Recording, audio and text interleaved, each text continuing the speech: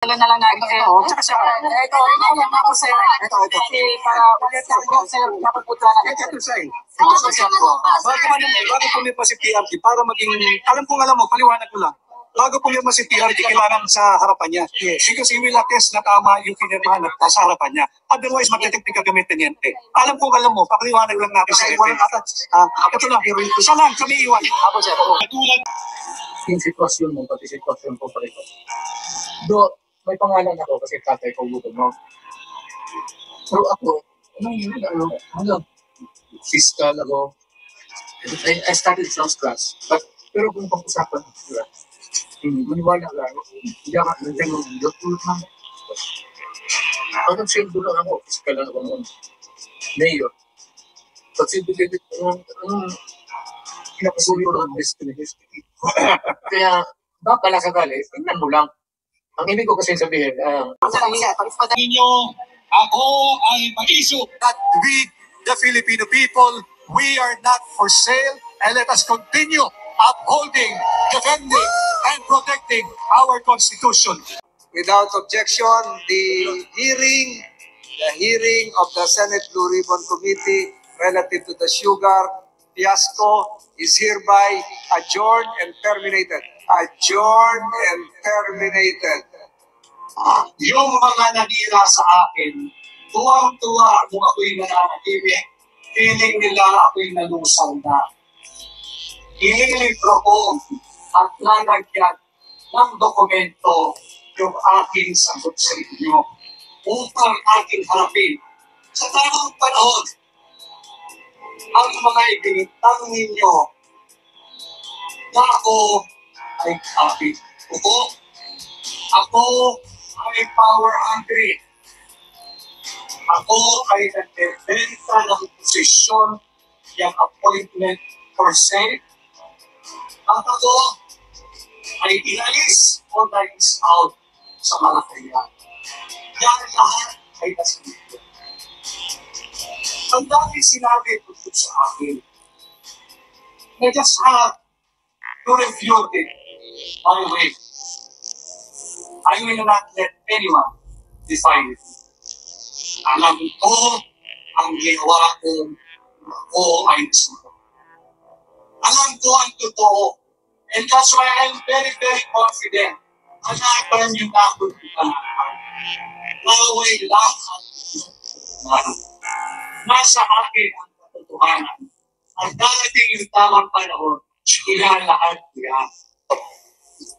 At sa gitna ng tila nakabibinging katahimikan at pagkonsinti sa kaliwat kanang korupsyon at higit pang korupsyon, pagaya po ninyo, hindi ko rin matanggap na magpatuloy ang ganitong uri ng baluktot na pamunuan. Tinanggap ko po ang paanyaya at encouragement ni Tatay Digong.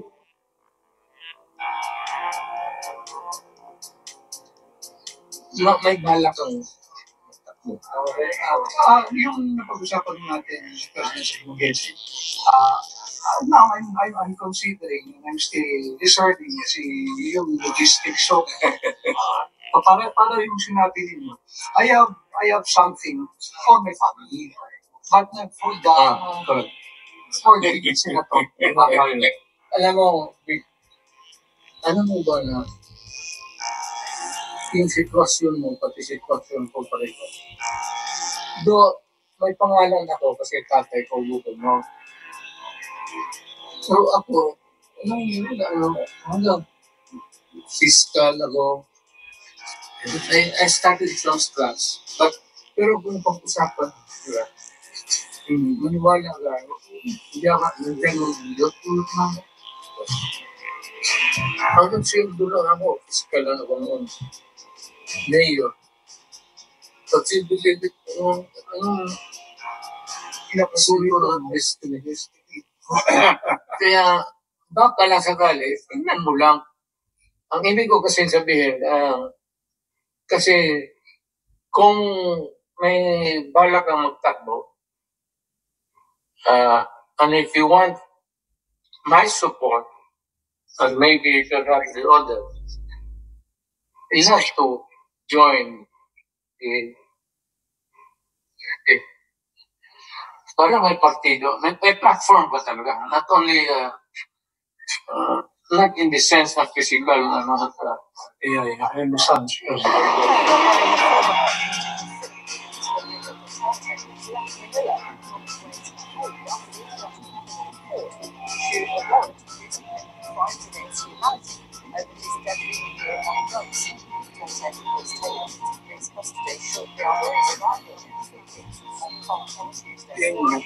Yung notaryo, wala na kami sa langit. Kailangan ko manunong pa si PRP. Yes, sir. Ang kalaban namin penyente, 2 o'clock na. Tatakbo pa namin na sa karapatan naman ng tao. Notaryo lang, kung kailangan mag-isip sa official nyo, panliwanan ko na, notaryo lang. Kung hindi ibigay yung Supreme Court, unlimited ka, gagamit ka ng court sa kapagutan. Yun lang. Maganda yung kami dito. Apo, sir. Notaryo lang penyente. Yes, sir. Pag-usapan mo. Sana po, sir, yung document. Ito. Apo, sir, yung Yung isang set pa. Apo, sir, ipadala na lang natin. Tsaka siya. Ito, ito lang ako, sir. Ito. Kasi para sir, napapunta na. Ito siya eh. Bago pumirma si PRD, para maging, alam mo, paliwanag ko lang. Bago pumirma si PRD, kailangan sa harapan niya. Because he will attest na tama yung pinirmahan at sa harapan niya. Otherwise, matitechnical kami teniente. Alam mo, pakaliwanag lang natin sa FA. Ito lang, isa lang, kami iwan. Apo, sir.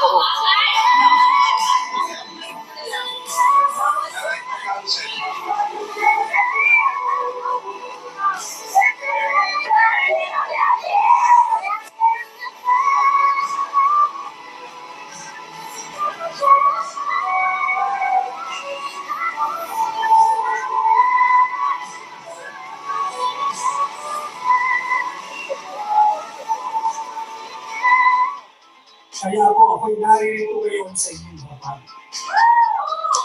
Kinakailangan po nating maunawaan kung ano ang nakataya ngayong midterm election. Nalalanin po ang ating demokrasya. Nakita ninyong lahat kung paano sinalauna at sinalbahe at ipinagkait sa kapwa nating Pilipino ang kanyang karapatang pantao. At ang Pilipino yan ay nagmumula sa Davao. At yan ay kapwa niyong Mindanaoan. Ang pangalan niya ay Rodrigo Roa Duterte.